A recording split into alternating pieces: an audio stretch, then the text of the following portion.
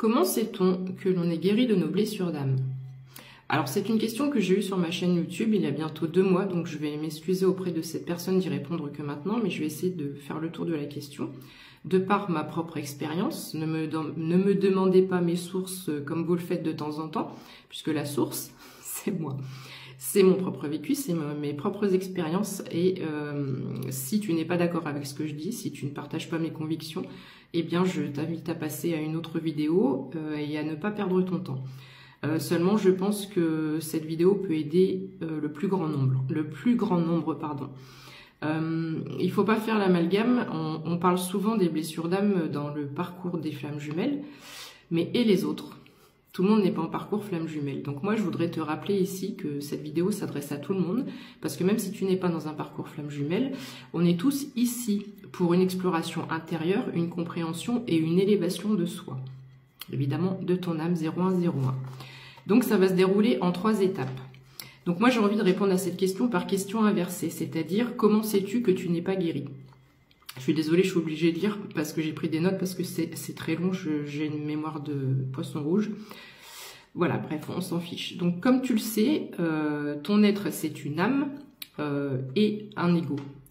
J'ai essayé de faire une explication de façon succincte pour que ce soit compréhensible par le plus grand nombre. Donc, on est un être, d'accord?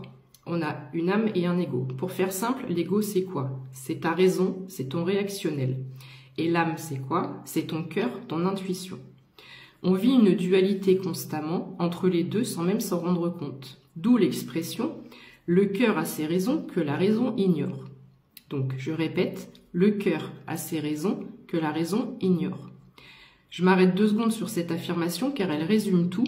L'ego empêche l'âme d'intervenir. Dans nos vies, évidemment.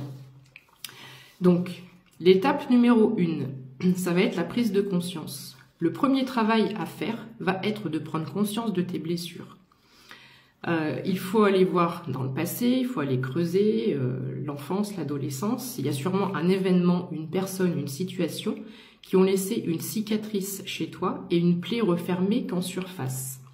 Comme c'est douloureux, l'ego va ranger ça dans un tiroir, bien au fond du placard, derrière des rideaux, des trucs, on cache, on enfouit tout ça, voire même occulter, on oublie, ça n'a jamais existé, parce que ça fait trop mal.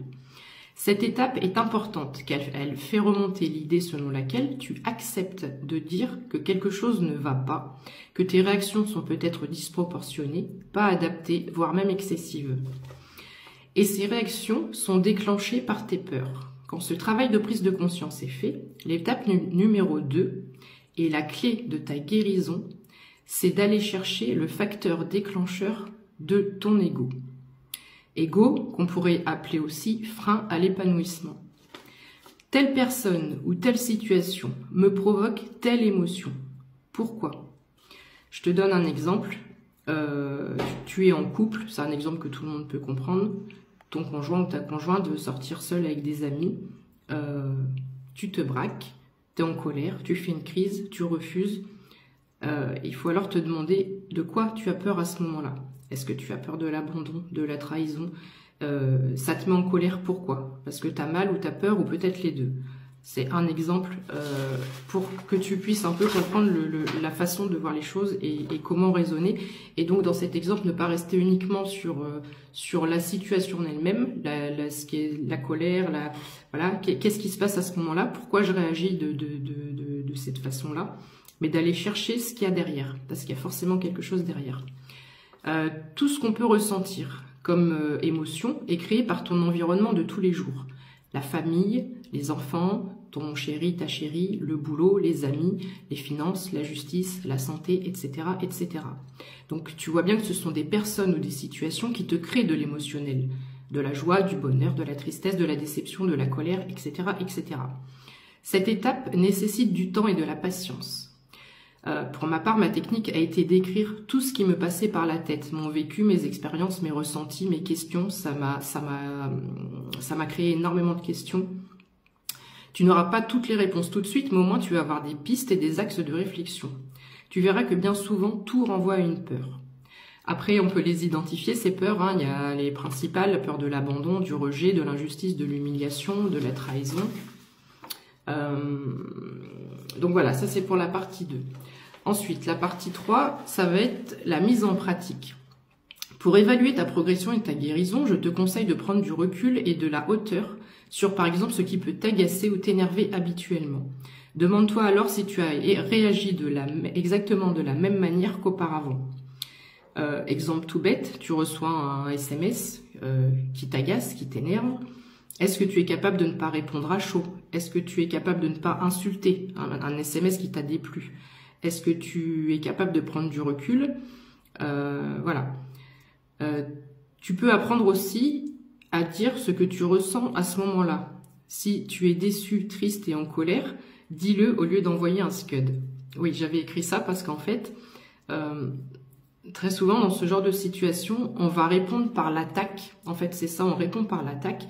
Alors, on ne prend pas un temps de pause et on se dit pas, ok, attends, là, cette personne me dit ça, et là, ça 0606. Et ça me crée quelque chose chez moi. Et en fait, voilà, l'exercice, ça va être d'apprendre, au lieu de réagir à une situation, au lieu de mettre en place ces réactions automatiques, ça va être de faire barrage à ces réactions et de dire pourquoi là ça me provoque ça chez moi. Voilà.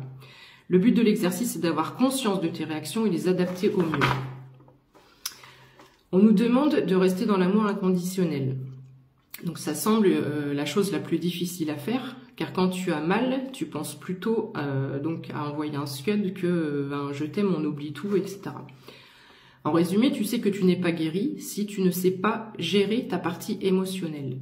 Tu es en phase de guérison quand tu inclus dans ta vie ce fameux exercice de recul pour t'auto-évaluer. Est-ce que j'ai réussi à réagir d'une autre façon? Enfin, il me semble que tu es guéri complètement quand tu ne te laisses plus atteindre émotionnellement par ton environnement.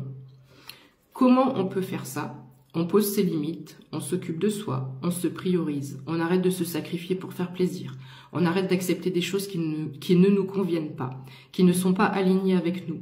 Cette étape permet aussi de faire le ménage dans sa vie pour retrouver sa paix intérieure. Je voudrais aussi ajouter qu'à partir de la deuxième étape, donc la phase de guérison, tu devrais voir ta vie s'améliorer. Il faudra que tu sois attentif à toutes les petites choses, il faudra que tu sois dans la gratitude.